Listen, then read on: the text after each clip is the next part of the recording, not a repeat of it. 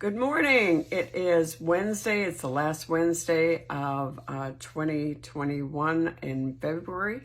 And so today I really want to get into Purim, because this year Purim is going to be every single Hebrew holy day and holiday and feast last year was very significant.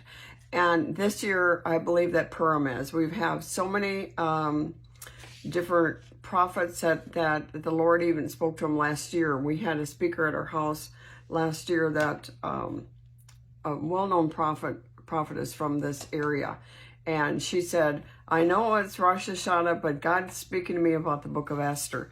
And so here I want to show you in 120. Yesterday we talked about, remember Queen Vashti? Queen Vashti would not come in the midst of the king, and the king was so mad, and he called his seven princes together and said, what are we going to do about it?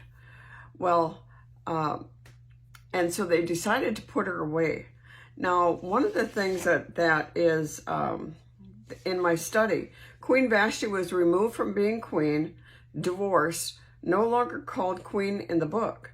She would eventually come back into power when her son becomes king, and she shall be called Queen Mother to King Ahasuerus. And that's in Esther 7, or Ezra 7, 1, 7, 11, 12, and 21. And it's also in Nehemiah. So it comes back in. And so they said, well, what are we going to do? And so remember, God's name is hidden. God's name is hidden 5 different times. And it's different in the Bible. See here, this is in Hebrew. This is in verse 120, which was uttered by Memucan. So you can see the backward acrostic here with it's pointed out in the red letters that his name was hidden. This is the Bible code. And so they're going to have, next it comes about 4 years later. So he's been without a queen for 4 years later. Now, he can sleep with his concubines, but there's something about a queen. She is the only one that he can really confide to in the bed, in the private, that he can share his real heart. That's the only one. And so after 4 years, he had a disastrous attempt he had 127 provinces, but he had a disaster attempt to overtake Greece, and he came back defeated. Now, and so they said, we're going to have the first beauty contest ever in history. They took 400 virgins throughout all the 127 provinces. Now, in the Bible, they were taken to the harem to prepare to come before the king. Now, this is going to be a whole year process. Now, once these virgins had been with the king, they could never go home. And if they were not chosen for queen, they would be a concubine set apart, never to have a family, never to have children, never to have a husband. So were they excited to be chosen to be one of these? No, it was not, because if you look in the original Hebrew, verse 8, it says in chapter 2, verse 8, was taken. Now, this in Hebrew means it's a verb elsewhere used to be used, taken by force. They were taken by force. This was not a good thing. And so now they had, in this first beauty pageant, they had 6 months of 6 months of bitter herbs and 6 months of sweet odor. So there's 12 months of preparation. They were taught about sensual lovemaking. Well, these ones that were never going to see the king again. They were only going to, it was just futile attempts for one thing. And here comes Esther in chapter 2, verse 7. And the maid was fair and beautiful. And the original in Hebrew, it says, beautiful in form and lovely to look at. Don't you love that? And she she really found favor with Hegai. I'm gonna. It almost looks like Haggai, but we can call him that, Haggai, the keeper of women. And Esther found favor with Haggai, the keeper of women. In the original Greeks, she lifted grace before his face. Haggai was likened to the Holy Spirit. You know, the Holy Spirit is the only one who has ever seen,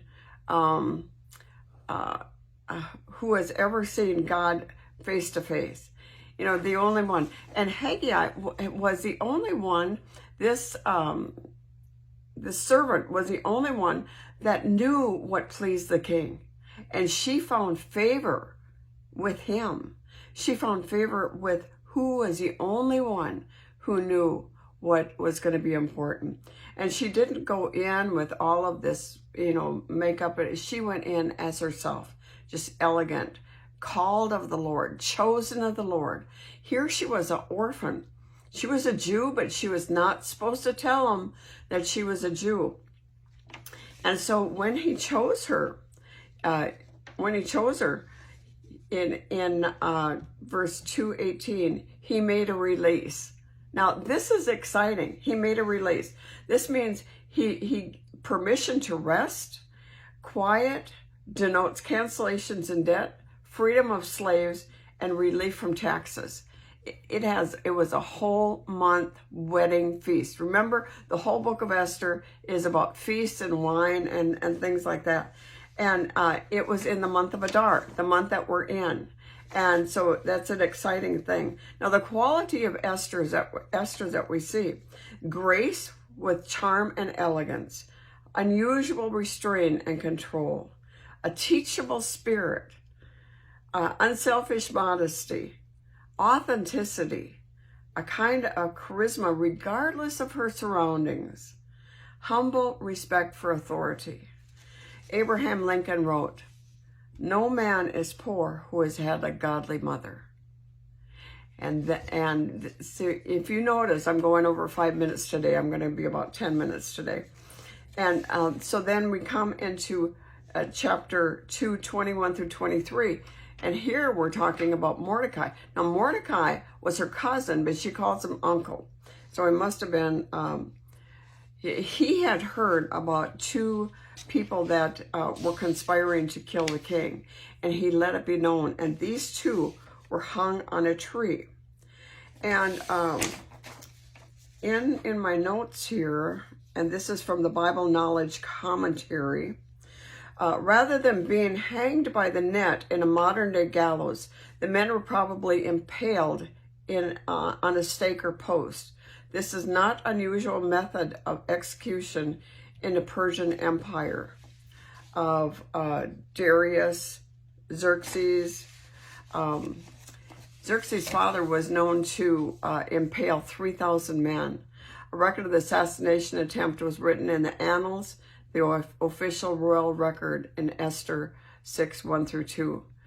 And so the wicked, in comes wicked Haman. This is in chapter 3, verse 1. Now, this is the first time we talk about Haman. Haman is going to come in. Now, when we tell the story, when we tell a story on Purim, at a Purim party, when you say the word Haman, everybody goes, boo, and tries to drown out the name of Haman. And this is what you do. Everybody boos, and they have Purim groggers, and they make noise and stuff.